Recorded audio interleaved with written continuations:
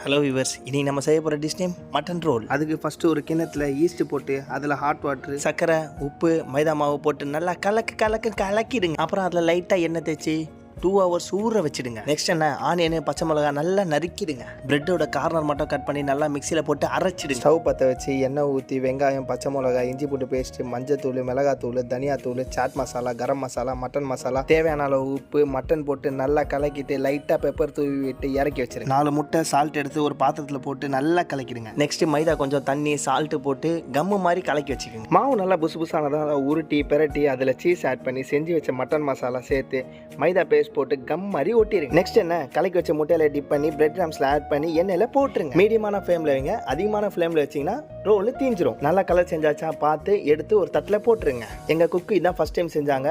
நானும் கொஞ்சம் பயந்துனே தான் சாப்பிட்டேன். பட் நல்லா இருந்துச்சு. நீங்களும் ட்ரை பண்ணுங்க. என்ன மாதிரி ஆர்வ கலர்ல வாயில் எடுத்து போட்டுக்காதீங்க, வாய் சுட்டுரும். தேங்க்யூ.